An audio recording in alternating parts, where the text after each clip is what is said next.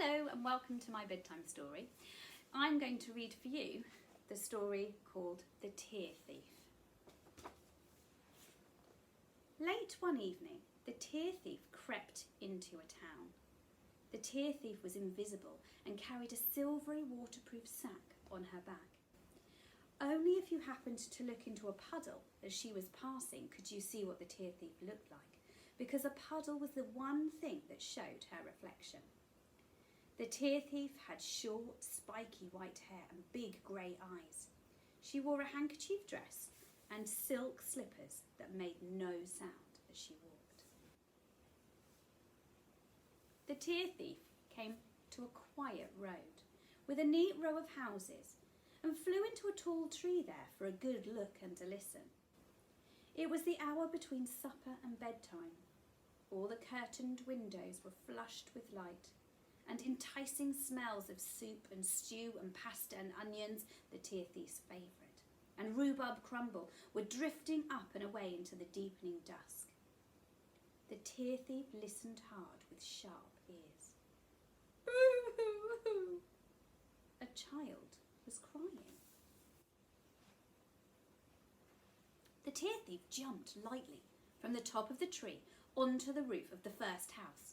She crept along the rooftops, silent as smoke, listening until she heard the crying again.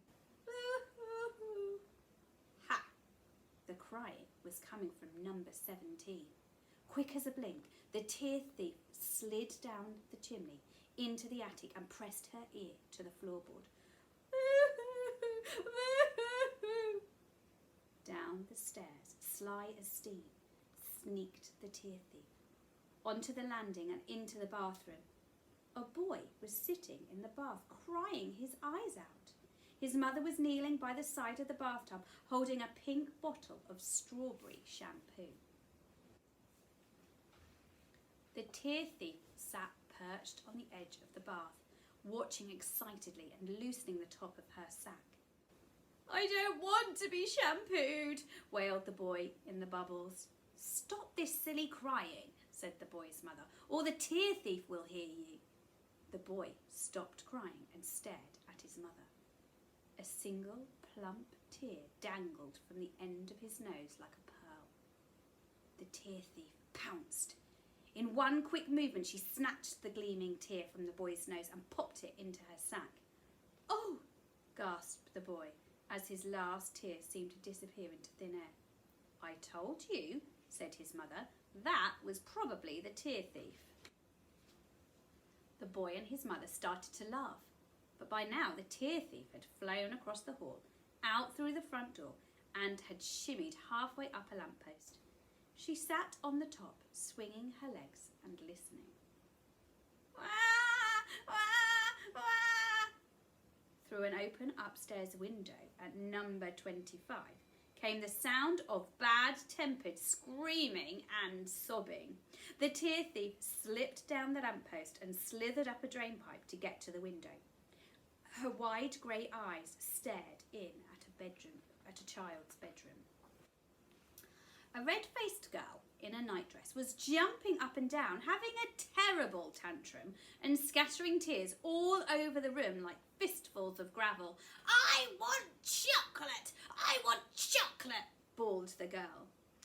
The tear thief hopped into the room and began to steal the girl's tears. 5, 10, 15, 20, 25, 30. Into the silvery sack they went. 40, 50, 60, 70. The more tears the tear thief collected, the more tired the girl became, until eventually she sat down on the floor with her back against the wall and fell fast asleep. The tear thief slipped out through the window. A light rain began to fall, orange under the streetlights. The tear thief worked hard. She stole the oddly long tears of a boy who had trapped his finger in a flute. She stole the tiny tears of a baby having her nappy changed. Into the sack, the tears shed by a pair of twins fighting over an orange teddy bear. Into the sack, 2 pear-shaped tears from the sly cheeks of a boy who'd been caught telling a lie about a big hole in his trousers. The tears were jewels inside the darkness of the sack, clinking and chinking and winking. Tears of rage were red and glowed like rubies. Tears of envy or jealousy were as green as emeralds. Tears of self-pity were turquoise. Scared tears were white like moonstones. And guilty tears were amber. Rain gurgled and chuckled in the gutters. Here and there a puddle stared up from the pavement. The tear thief listened, peeped, crept, climbed, pinched, nicked, filched, and purloined until her sack was brimming with tears. She set off down the road at last, as the last of the rain stopped falling. A girl was standing alone under a lamppost on the corner. As the tear thief sneaked past the girl, she noticed she was quietly crying. The tear thief stopped. There was always room in the sack for a few more tears. She looked carefully at the girl's tears. They were very special. They were tears of real sadness. The tear thief could tell that just one of these tears was worth 100 cried over spilt milk, or 1,000 crocodile tears. She reached out her pale hand to pluck one from the girl's cheeks. Just then the girl wiped her eyes with her sleeve and looked sadly into the puddle. The tear thief's mischievous face stared up at her. "Eek!" squeaked the girl and turned round to look behind herself. There was nobody there. The girl looked at the puddle again. Sure enough, there was the reflection of the tear thief in the water. "Who are you?" asked the girl. "I am the tear thief." The girl knelt down by the puddle and stared hard at the tear thief's reflection. "How old are you?" "As old as joy and sorrow." "Where do you live?" "In every place where children cry." "Were you going to steal my tears?" "Yes," said the face of the tear thief in the puddle. "Your tears are the most precious tears of all. They are worth more than diamonds." The girl stood up again. Her face was still wet with tears, like the leaves of the trees were with the rain. She gently wiped one of her own tears with her fingertips and stared at it. She could see the reflection of the tear thief there as well. "But why are my tears so precious?" asked the girl. "I will tell you everything," said the tear thief. "If you give me your tears, just close your eyes and listen."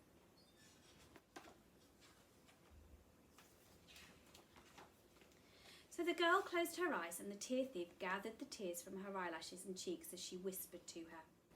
"Each night, in the hour between supper and bedtime, I visit different streets and I steal the tears of every child who cries. When my sack is full, I climb up to the moon. I pour my sack of tears into the moonlight. The light of the moon is made from tears of laughter or pain or anger or boredom, from every kind of tear you can think of. But the most beautiful parts of the moon's light comes from tears of pure sadness. And that is what your tears are."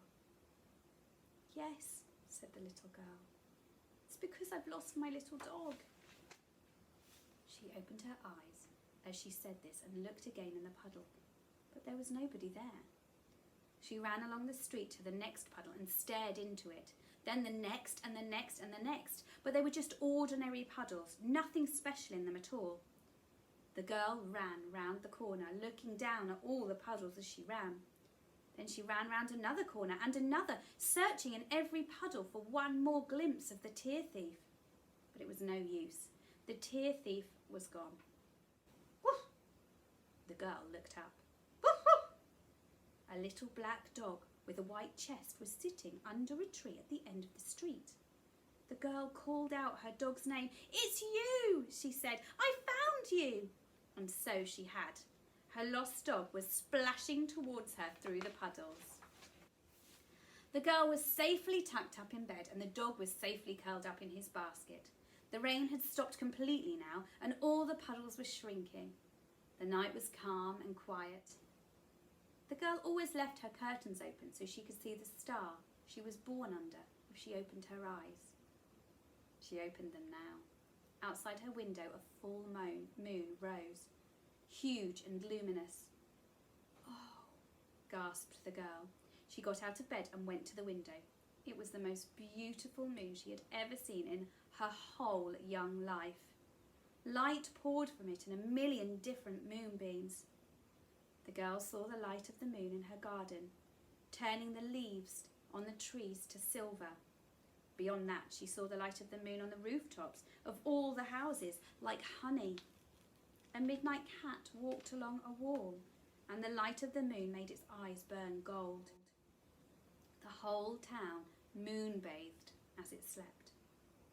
The river lay on its back and gazed up at the moon, dazzled and lovesick. The girl looked up.